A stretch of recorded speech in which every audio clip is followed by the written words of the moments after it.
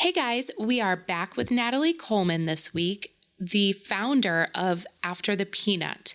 This week, we are chatting about learning how to listen and be present without needing to solve a problem and viewing people as whole, complete, and capable. It is a really great episode you do not want to miss, so stay tuned. All right, welcome everybody to another episode of the Cultivating Courage podcast. I'm your host, Matt Maxwell.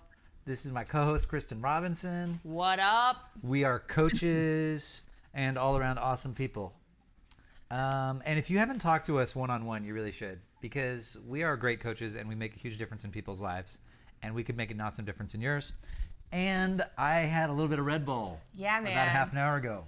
It is kicking in. And when he says a little, he means a little, you guys. Like, I like to put like a third Red Bull and then water it down with sparkling water. He had like 2 sips of it. So it's like super diluted Red Bull. But I guess I'm not used to it. I expect to crash within the next 15 minutes. But I'm just going to roll with this energy that I have at the moment.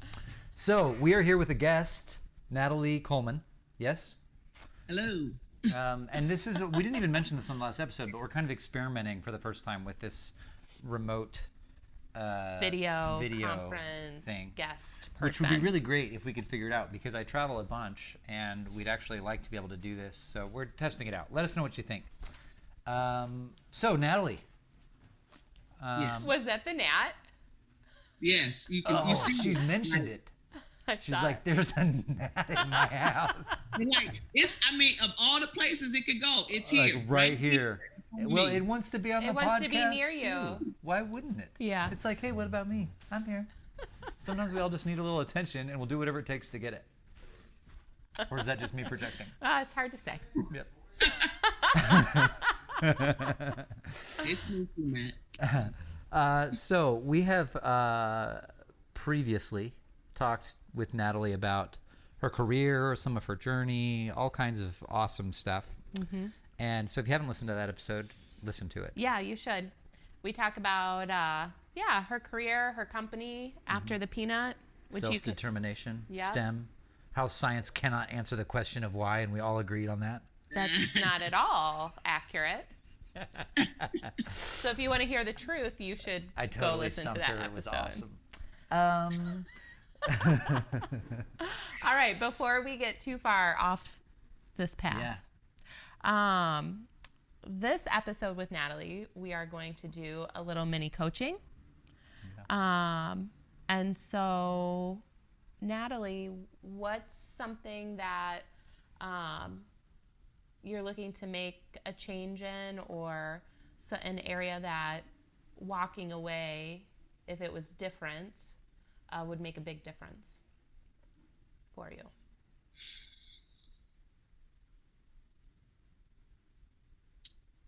I think maybe self-doubt in just who I am, right?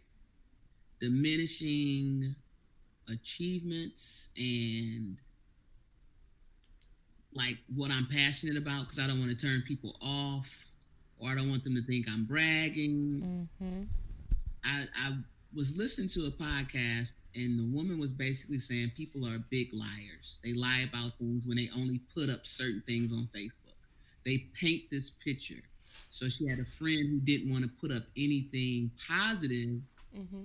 Just kind of middle of the road, because it's like he traveled, he did all these great things, and it was like, well, I don't want to put it up because people will think I'm bragging.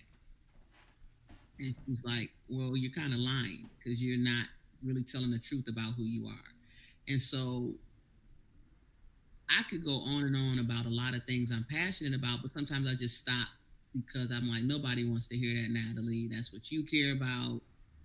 And then even with like dating, like if I meet a guy, like I don't say that I own my own business right away, or I don't talk that much about like professional things, because they're like, oh, she's one of them. And so I kind of just, my friends now, they'll tell you I talk nonstop about it, but they know me and they kind of know what I'm up to. But, and like I used to say, oh, I have a little company. I have this little company that does this STEM thing. And I'm like, nah, I got to change that language, because all companies start off small. You know the story of Amazon and Google and everybody else who's made it big now. But I don't want to walk around kind of like pretending that I'm not who I am, because it might turn other people off. So how is it now? Like, in what ways are you pretending, and how would you like it to be? So I would like to be able to express myself honestly with my endeavors, right? But I meet people who might not have any endeavors, right? And it's like I kind of can tell they're going to, oh, I used to want to, or I tried, or I have a friend that does that. Like, I wrote a children's book. I'm trying to get it published. Not trying, because there's no such thing as try. I've been sitting on it. Yeah. So, but I don't tell many people about that, because I have, and then it's like, oh yeah, my friend wrote a book, or it's like, then it becomes this competition. I'm just like sharing information. I'm not saying it to brag. It's just part of something that I've done, because it might be relevant to a conversation that we're having. I don't just bust out in the middle of anywhere, oh, I wrote a book. But I don't want to turn life into a competition. And I think when people hear some things, they hear, oh, she's doing this, so let me talk about something I'm doing, or I'm not doing something, so let me downplay what she's doing. Now, all this could be in my head, but it's not, because these are actual things that kind of happen here and there. Okay, so let me see if I get it. It sounds like I do some pretty awesome things. I've written a book. I have a business. They occur to me as like pretty cool. And things that you could actually share with people about what you're up to. And what currently occurs is that you don't always, because you're afraid of what that will put in their space, or how they might respond to that, or how they might see it. Yes. Is that the current thing? Yeah, that's accurate. And what is the impact of that way of being, where you're kind of hiding some of the stuff you're up to?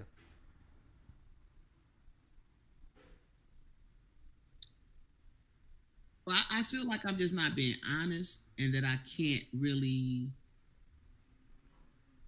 be myself. Like, I think, like, people put expectations on what they limit what you should do in life, right? So in general, this is big in general. You grow up, go to school, you get a job, you get married, you have kids, blah, blah, blah, blah, blah, right? The American dream, so to speak. Well, I don't have children nor a spouse, and I'm perfectly okay with that. Like, I wasn't in the past, but it's like, this is the life that I have, that I'm living. So then sometimes it kind of swells up, like, here's this single chick bragging about stuff she's doing, and I travel quite often. I don't know. I have a nice life, and it's like I'm ashamed of it. Like, I earned it though. I worked for this. I work. I have never had less than 2 jobs ever in my life. When I was a teenager, I worked at a call center and TJ Maxx. I had those jobs at the same time. And then the military was always present. It's just like, I'll go to work. I work a lot. And then I just want to enjoy it. And like, when I talk about it, I'm not looking for someone to like, rah, rah, rah, Natalie, that's so great. It's really conversational, but it's like, when people aren't doing things, it's kind of hard, because they want to counter it, And the thing is, I want my friends and family that I've always had, new people that I meet, I want everybody to be winning. Like, I don't think people realize how much money and how much work it's out here, because we have people who need help in so many areas. Like, what I'm doing is only helping a handful of kids, right? But it's 10,000 kids in the school system. So when I talk about other organizations, I always tell people, this is not a competition, because we have 10,000 kids that are not doing anything after school but going home, So it's like, I'm not trying to compete. I want people to win. I want people to find their own passion and like just start rocking with it, whatever it may be. Because that's what I'm doing. Like, I'm happy about the work that I do. Like, this school year has been absolutely amazing. I wake up and I'm like, so this is what I'm doing for the school? Like, it's crazy. It's like I created something, but I gotta like, I don't work on Fridays, so I'm like, I don't want to tell too many people that because then they might get mad and they gotta work on Fridays and I don't. And it's like, well, that's what I created, so I don't, because I don't want to work on Fridays. Yeah. So let me see if I get this. For some people, like social media or in their conversations, what they hide is like how bad The bad things are stuff. occurring. Right? Like it might be like I'm really kind of miserable and I hate my marriage and my job but like look at us at Disneyland Yeah. or something, right? Like that's how some people go about hiding. They're like just what's The discontent. authentically occurring. And it sounds like for you it's kind of the reverse. It's like I don't want to tell people how great my life is. Is that right? Yeah. And I actually had to introduce my dad for an event, and I said that I had a great life and that it was because of him. And I said it, I was like, yes. And people were like, yay. But I mean, I'm giving credit to my dad. Like he started this greatness. It's because of who he is and the things he's done. And my mother, it's like they just did certain things, and it allowed me to come into some things. And I don't want to talk to people about my life being great. Like, yep, my life's great. Sorry yours sucks. It's like, no, my life is great and yours could be great too. Right. Exactly. Doing the things you don't want to do. Like, learn how to say no. Quit going to a job you don't like. And then, it's excuses made. And I mean, I can't speak from the perspective of having another mouth to feed because I don't. I just have myself, right? So, when people have different obligations, it is harder, but there are examples of other people walking in greatness. Yeah. With kids, with spouses, with death, with the divorce, with the cheating spouse, with all these things that have happened to them, and they just say, "Screw it, I'm not going to live like this forever." So it's really like I feel like I created these things, and I want these things so I can tell somebody else, like, "Look, you can have this Friday thing too." Yeah. And But what is like then what do you want to be different from how you're currently being? maybe I just thought maybe I'm not presenting it correctly. Maybe I'm saying me, this is what I do, instead of asking what they want. Like, like if we're talking about work, if I hear my friends complain about work, right? Instead of like, you should just leave the job or like quit, or, I don't say that, but some people kind of just cut to the chase. But it's like, why are you unhappy, and what do you want to do to be happy? So maybe I'm focusing more on saying what I'm doing instead of like showing genuine concern. Because it's like, when you go out with your friends and everybody's talking and it's like the Debbie Downer of the group, and you just like, oh, and you want to help them, but it's just like painful sometimes, and it's like, I want to pull out of them this greatness, because I think everybody is always, well, such and such can do that, but I don't have the talent. Like, I never thought I was creative, right? I didn't like art class. I couldn't draw growing up. But creativity is not just about art. And so, like, I literally create programs from nothing. I think of stuff, and I say, this is what I want to do. And so, but I was always told, not always told, I always thought I wasn't creative. Nobody ever told me that. And so I think I have people that I encounter that tell themselves these stories of, like, I can only do this. This is my stopping point. And I'm like, no, you really can do something else. You don't have to be unhappy. And I'm like, I feel like I'm showing that, but maybe I'm not. I want to help other people just be great and do what they love. So, what from this conversation would help you create that? Like, how to communicate to people, like, my passion and what drives me, that will in turn encourage and maybe push them to do what they want to do. So, like, maybe maybe I'm not saying it correctly, or it sounds like I'm just dropping another nugget of greatness off and like, yep, I did that, or I'm doing this. Yeah, it's really interesting inquiry. Like what I'm hearing or what I'm getting is like, it's like some of us really have great lives or things going on in our life. And it's like there's a way in which we can share that such that it opens up a clearing for other people to be that way too, or to experience that. Right? It like creates the possibility for others. And it's like, hey, everybody, look, it is possible. And we want to share that and actually like bring them in. Yeah. And sometimes I have the experience with people where it's like, good for you. You know, it occurs in some way where it's like, wow, that's really great. You have such a great life. Yeah. Congratulations.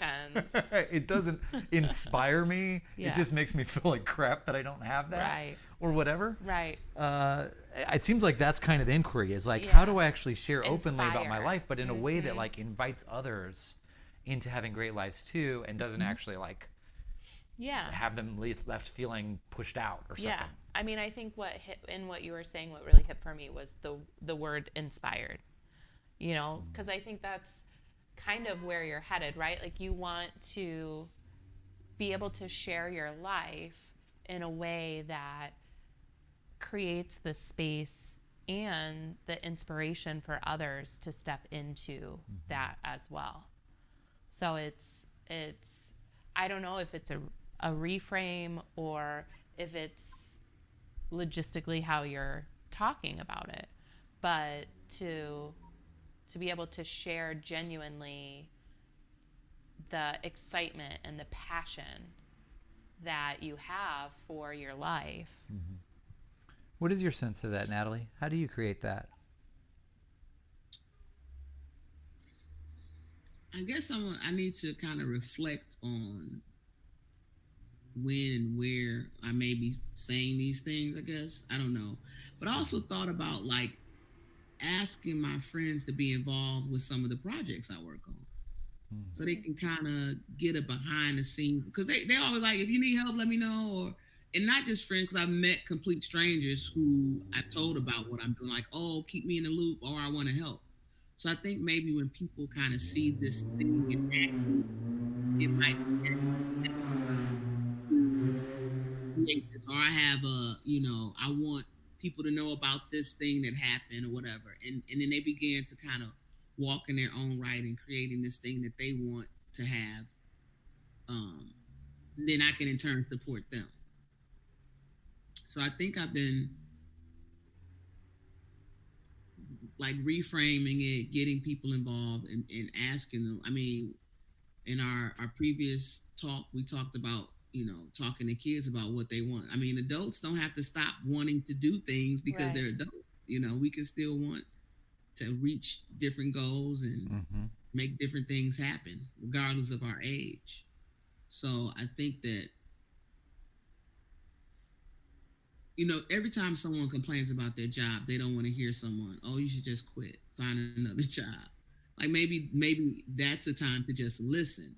And when they're not talking about it, maybe ask about, hey, how is work, or if I know what field they're in, like I'm not going to be a job hunter, but like if I come across things, I'm on LinkedIn all the time and I see things and I shoot them to my friends who may be looking for work or whatever, so just kind of so I told you I had that problem with leading and trying to problem solve for everyone. Like sometimes people just want you to listen. So kind of taking a step back and saying, okay, what are they even asking for anything? Or, or they just talking and just want someone to listen. Yeah. And sometimes just the right question can get people thinking in a different way. The thing that I want to know is, by when will you become a professional coach? Me? Yeah. Yeah. Well, it may not be the career you're looking for, but the way you're describing it to me, I'm like, that is what coaches are passionate about. Yeah. So I have a lot to do. And I mean, I coach kids. Yeah. So I'm an educator, so I'm using this type of language with the kids. Yeah. So exactly. And it's not necessarily the need to become a professional coach, but there is a way of being and hearing and listening and speaking that I'm practicing every day. Kristin's practicing, that people, whether or not they're professional coaches, can practice. That's like, how can I be and speak and hear such that other people are naturally drawn to live the greatest lives they can live? Mm-hmm. And I create a space for that. And I think a lot of teachers do that with children, right? There's a way of being and speaking. Yeah, and listening. Yeah, exactly. I mean, and hearing. Mm-hmm. Yeah, hearing. And it's like, how can I be that person that brings other people, that like by being with them, other people live into their greatness and into like fulfilling, joyful lives. That's and I mean, I have bad days. I don't pretend that things don't impact me. But like, how do you build up the resilience, the bounce back when things aren't going well, professionally, personally, whatever? To like, it's a moment. That's what I always tell myself. Like, whatever's happening is just happening in the moment, and it's nothing lasts forever. The bad things or good things. Like, and the older I get, I realize that. And so like when I hear people complain, I always want to like solve it. And I'm like, no, you don't have to solve everyone's problem. And you can't. I don't even have the bandwidth to understand some of the things that people go through and try to solve it. But learning how to listen, and then when the time is right, communicating about like the whole the understanding that I received when I actually did what I wanted to do with my career. Like I was a little nervous, but not really, because like I was angry like people just do stuff for 20, 30 years and they don't even like it. Like, that's just insane. Like, I'm mad at people that do that. Like, stop it. And so I don't want to be one of those people. I can't punch a clock, get a pay raise every year, and pretend to be happy. This is terrible. So I want people to create the life that they love and understand it's a roller coaster, but when I hit that low, I know how to get back up. And so I think I share good and bad, with a certain group of friends and family. And so I don't think it's that I'm always just sharing the good. So I just have to try to realize maybe it's just the timing of when I'm saying things, or maybe it's just people want you to really just listen. They're having a bad day, just listen. Because I think we know when it's a person who's like just, they have up their hand. It's like you can't get through to them, and that it's going to take some other roundabout. They got to figure some things out internally first. You can tell them all day, but they're not listening. So, but then there's people who just really need that right question, like Kristin said, or just being present with them on that bad day and not saying anything. Yeah. Yeah, and I think some of that is related to how we see the person. So it's like my default, just from earlier days, is like, I've got to fix this for you. Yeah. I'm pretty sure I know. And Sure I know. I'm going to go ahead and tell you. I know. And you'd probably be stupid if you didn't listen to me. Something like that. And I think what occurs when we're coming from there is that we're seeing a person as not actually capable. Right. And they're going to sense that. Yeah. And of course they're not going to want to listen. Right. And so even if I do happen to have a brilliant idea, it's probably not going to help them that much unless they request it and they're like, hey, I could really use your insight. But it's like, if we're really relating to people as capable as they are, then there's nothing that we necessarily need to fix. And it might be easier to just be there with them. And then there might be space for like, oh, have you considered this or that? But seeing them as, okay, great, powerful. Yeah, having all capable, the tools they need to work it out on their own. Yeah, then we can just be there with them in a way that's probably ultimately more empowering. What do you want to take from this conversation? Like if you were to take an intention for how you'll be or what you'll practice going forward, what would you like that to be? Listening more. I mean, that's been on the plate a lot, but it's been getting better as far as me just really not hearing what I want to hear, not hearing to solve a problem, not hearing because I got an answer and I can, help you write your resume over, but really just listening and hearing the person from the heart. Yeah. And when I communicate, that it's in a way that opens up a door, Cool. Sounds like a great thing for us all to practice. That's awesome. Yeah. I love that as our practice. So Natalie, as we kind of wrap things up, what would you say is besides the practice, what would you say is your biggest takeaway from what we talked about?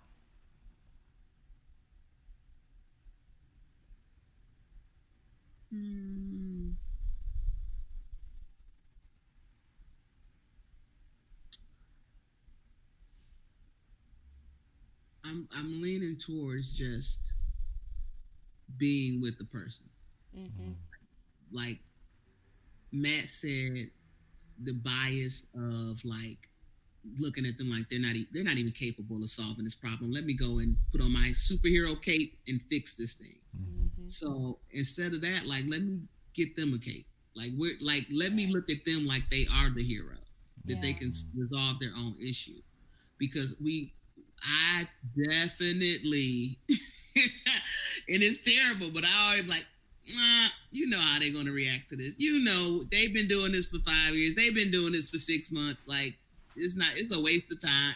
So instead of looking at them like this charity case or whatever you want to call it, actually thinking about how they've been empowered before, how you've seen them be strong before, and just treating them as such, not that they're incapable of solving their own problems. So I think that's a hard and highly needed adjustment for me. I shouldn't say it's hard, it's a highly needed adjustment. So I didn't even recognize it prior to Landmark, to be honest. It was I got the answers, this person is incapable, but it's when you treat people, they can feel it. They feel that energy. They feel like you're treating them less than, or you talking down, or being condescending, or just not understanding where they're coming from and really trying to understand. Like I said, I have no children. So when people are frustrated and they have 2 kids at home, you can't just say, leave your job. That's very insensitive and poor, a poor suggestion. So just kind of seeing people as human beings and treating them as such. I want to share a takeaway with you that I got from our conversation, which I just want to highlight because it really hit me deeply, and I need reminders of it all the time, which is that the highs and the lows don't last. There's times where it's oh my God, I'm in a low, and what if this lasts forever? And it never does. Oh, never. And I just really appreciated that reminder. And neither do the highs. So it's to enjoy moments when things are really going, to really celebrate and enjoy them, and to just be with the lows until they pass, because they'll pass. Mm-hmm. So thank you for sharing that.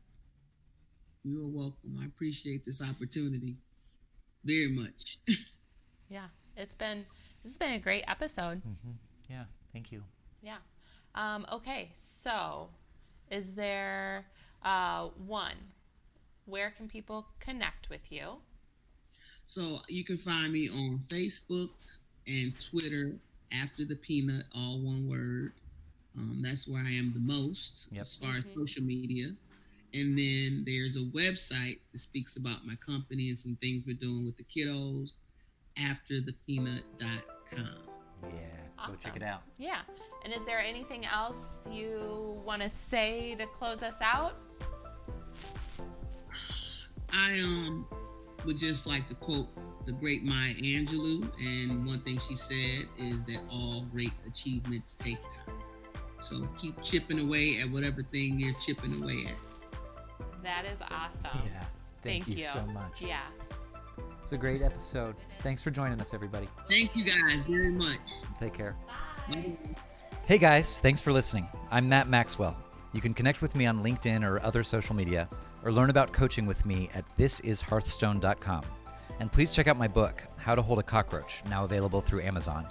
You can connect with Kristin on Instagram at Robinson Kristin, that's Kristin, or find her upcoming workshops at thrivecoachingstudio.com. Please subscribe to us wherever you listen and leave a great review. And don't forget our practice. In your conversations this week, listen with your heart, without bias, just to understand and hear another person. We'd love to hear how it goes in the comments section wherever you listen, or leave us a note at cultivatingcouragepodcast.com.